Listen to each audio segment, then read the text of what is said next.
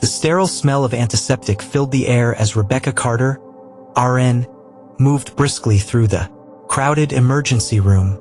Her stethoscope hung loosely around her neck, the dull ache in her lower back a constant reminder of her long hours. It was 2:30 a.m., and she was nearing the end of her second consecutive 12-hour shift, feeling the familiar exhaustion creep into her bones. The hospital was quieter than usual, but it was only a brief reprieve before the next wave of patients would flood in. Rebecca's feet moved on autopilot, navigating through the rows of beds and the bustle of overworked nurses.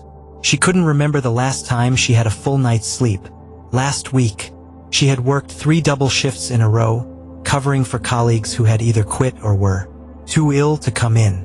Despite the fatigue gnawing at her, she always gave her best to her patients. It was her calling, her purpose. Her shift had already run over, but she wasn't about to leave until she ensured all her patients were settled and cared for. The sound of a ringing phone snapped her out of her reverie.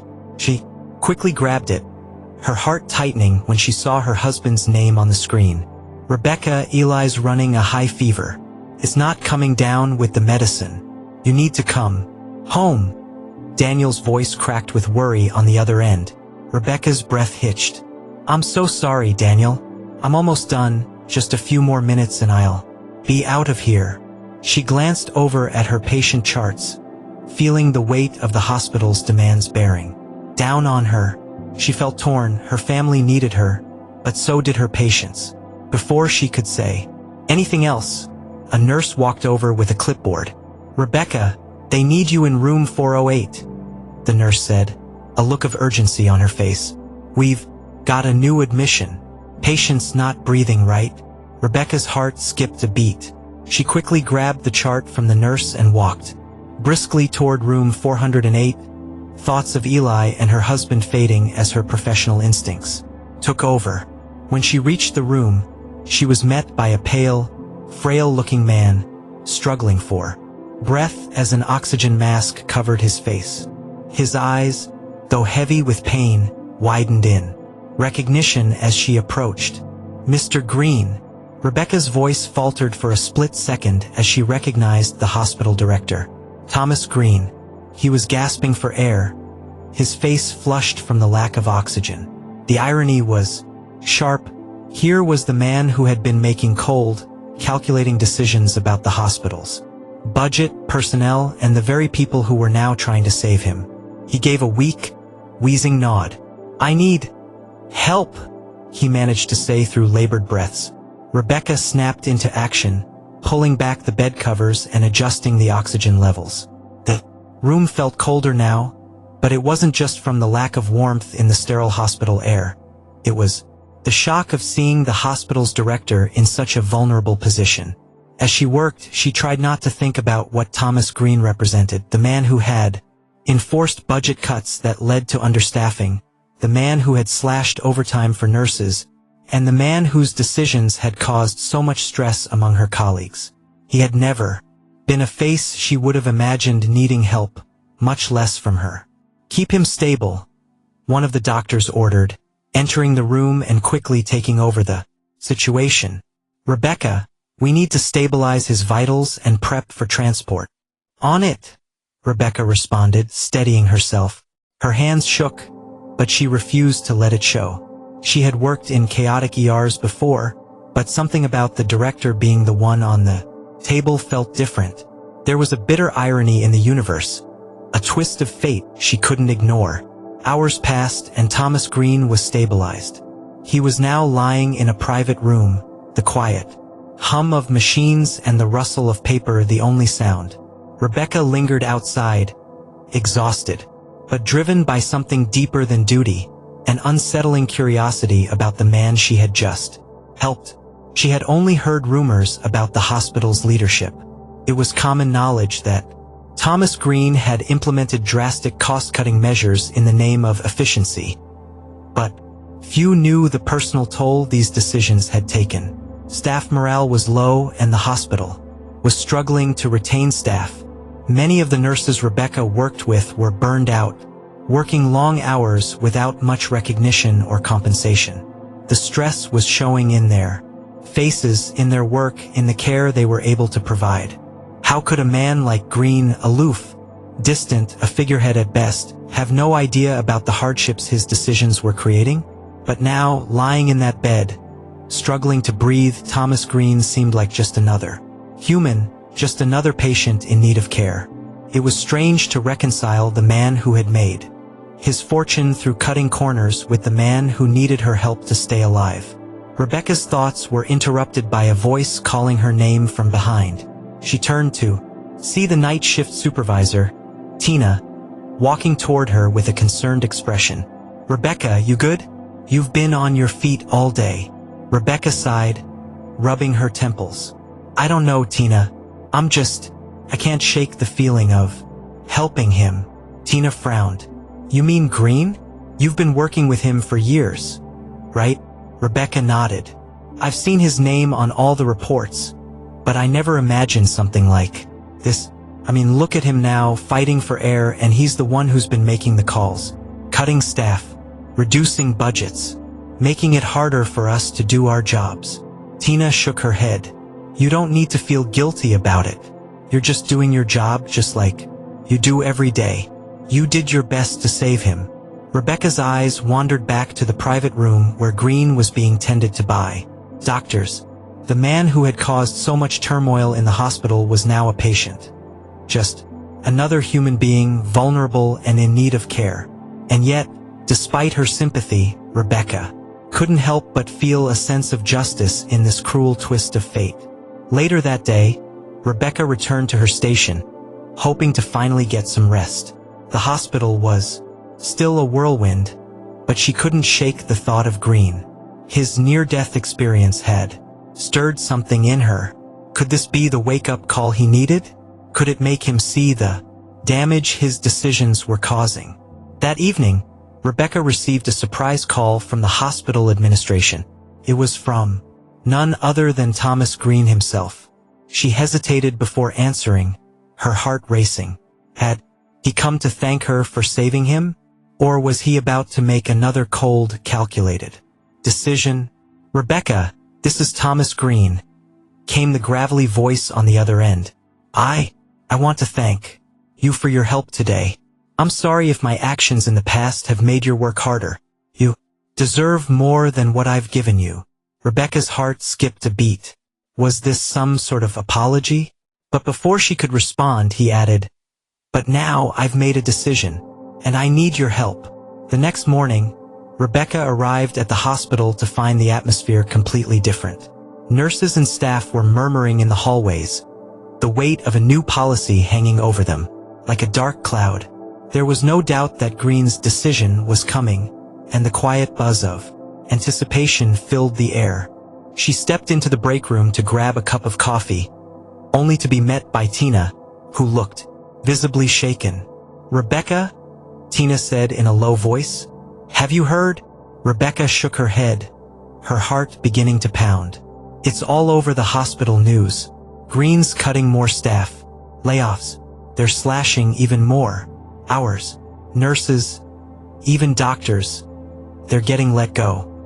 He's doing it to save the hospital." Rebecca's stomach turned.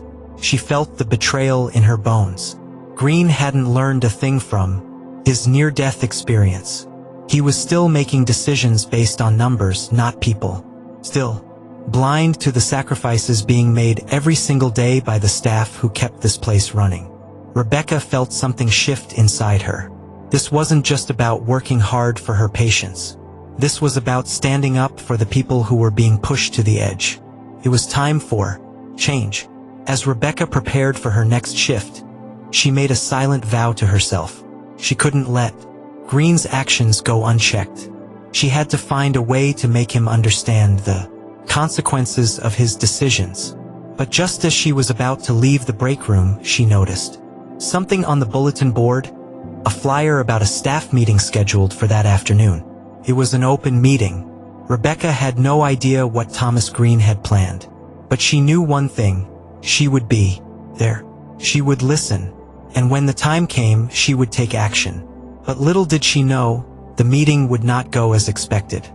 Rebecca stepped into the dimly lit conference room, her shoes echoing against the cold tiles. Beneath her, it was just after the meeting, and the anger, frustration, and confusion from her colleagues had been replaced by a sort of stunned silence. As she made her way to her seat, she could feel the tension in the air, thick and palpable. She had just confronted Thomas Green, the man who had cut corners to the point of jeopardizing the very people who had kept this hospital alive, and now the room felt like it was waiting for a final verdict. Thomas Green, standing at the front, had crumbled under the pressure. His decision to slash staff, to treat his employees like expendable commodities, had driven them to the edge, and Rebecca, along with a few others, had pushed back. In a rare moment of vulnerability, Green had admitted his defeat and promised to step down. But Rebecca knew this victory, this small crack in the corporate armor, was only the beginning. The real work was just about to start. The rest of the staff slowly filtered out of the room, leaving Rebecca standing there, alone for a moment. She felt her heartbeat slow, the adrenaline from the confrontation ebbing away. She had fought for this, for change, for her colleagues, for the dignity that every nurse and doctor deserved. But now, as the silence settled over the hospital, she couldn't help but wonder if it was enough. She hadn't seen her family in days. Her husband, Daniel, had called earlier to tell her their son, Eli, was still sick, his fever refusing to go down. Her exhaustion, her anger, the demands of her job, they all piled up, a mountain of unspoken worries. "Rebecca, are you all right?" It was Tina, her colleague, voice full of concern as she approached. Rebecca took a deep breath, trying to calm the restlessness in her chest. "I'm fine. I just don't know. It feels like we've made progress, but this hospital's problems run so much deeper than one man. How much change can one meeting really bring?" Tina gave her a knowing look. "You're not wrong, but it's a start, Rebecca. We made them listen. For once, they actually heard us." Rebecca looked down, her thoughts swirling. She wanted to believe that this was the turning point, the moment when things finally began to shift. But there was always a part of her, maybe the part that had been on the front lines for too long, that feared the moment would pass, that Green's resignation would be just another hollow victory in a long line of empty promises. Tina laid a hand on her shoulder, her voice warm and reassuring. "One step at a time, okay? We'll figure it out together. And you might want to head home to your family. Eli needs you." Rebecca smiled faintly, grateful for Tina's support. "Thanks, Tina. I think I will." The next morning, as Rebecca stood at her kitchen counter, preparing a quick breakfast before she left for her shift, her phone buzzed on the table. It was a message from Daniel. "Eli's fever finally broke. He's resting now, and he asked for you when he woke up. He's been waiting for you to come home." Her heart lifted with relief. The long days and nights, the stress, the hospital, it all seemed to momentarily fade into the background as she thought of her son, his small face lighting up when she walked through the door. It had been too long since she had been home, too long since she had felt like a mother, not just a nurse. She quickly texted back, "I'll be home soon. Love you guys." The hospital, with its chaos and never-ending demands, would still be there when she returned. But for now, her family needed her more. By the time Rebecca arrived at the hospital, it was early evening. The halls buzzed with activity, nurses moving briskly between rooms, patients murmuring in the beds, and doctors discussing cases in low voices. But for the first time in a long while, it all felt somewhat manageable.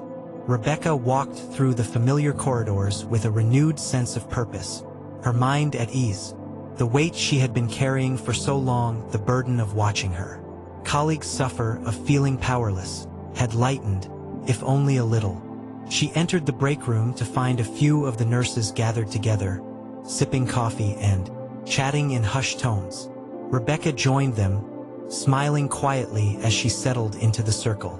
The faces around her, tired yet familiar, were more than just colleagues. They were the people who had been with her through the toughest shifts, the unsung heroes of the hospital's daily grind. "Hey, Rebecca," one of the nurses, Jenny, said, her face a mixture of exhaustion and hope. "How's your son? You finally get to be with him?" Rebecca nodded. "Yeah, Eli's better. It's good to be home. But it feels like I never really get to leave this place, huh?" Jenny chuckled softly. "You wouldn't be Rebecca if you didn't come back here, huh?" Rebecca smiled and shook her head. "I'm not going anywhere. We've got work to do." The rest of the shift passed in a blur, but as the night wound down, Rebecca found herself in a quiet moment, standing by the window in the nurse's station. The city skyline stretched out in front of her, the distant hum of traffic and the occasional siren adding to the calm. She let out a long, slow breath and closed her eyes for a moment. She thought of all the lives that had been affected by the decisions of the past weeks, months, and years. The staff who had been overworked, underpaid, and unheard. The patients who had suffered because of those very same decisions. And the realization that change was slow, but it was possible.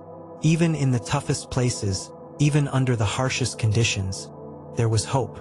The hospital was far from perfect. There were still battles to be fought, still injustices to be righted. But in that moment, Rebecca understood something deeper. Change didn't always come in grand, sweeping gestures. Sometimes it came in small, quiet victories, came in the voices of the people who refused to stay silent, in the doctors, the nurses, the janitors, the staff, who worked long hours in the shadows, giving their all despite the system working against them. And sometimes the most powerful form of justice was the one that started with humanity, the recognition that at the heart of it all, the people mattered. As she walked back to her station, her heart light and her steps steady, Rebecca felt the weight of the past few days shift inside her. She wasn't just a nurse anymore. She wasn't just fighting for her job. She was part of something bigger, a movement, however small, that was built on respect, on integrity, on doing the right thing. When Rebecca left the hospital that night, the city seemed quieter, gentler. The lights were softer, the air cooler. It felt like the world, too, had taken a collective breath. She didn't know what tomorrow would bring, but as she made her way home, she understood one thing. Even the smallest act of standing up for what's right could ignite something bigger.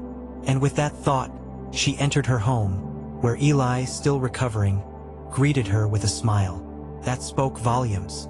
In that moment, everything felt possible.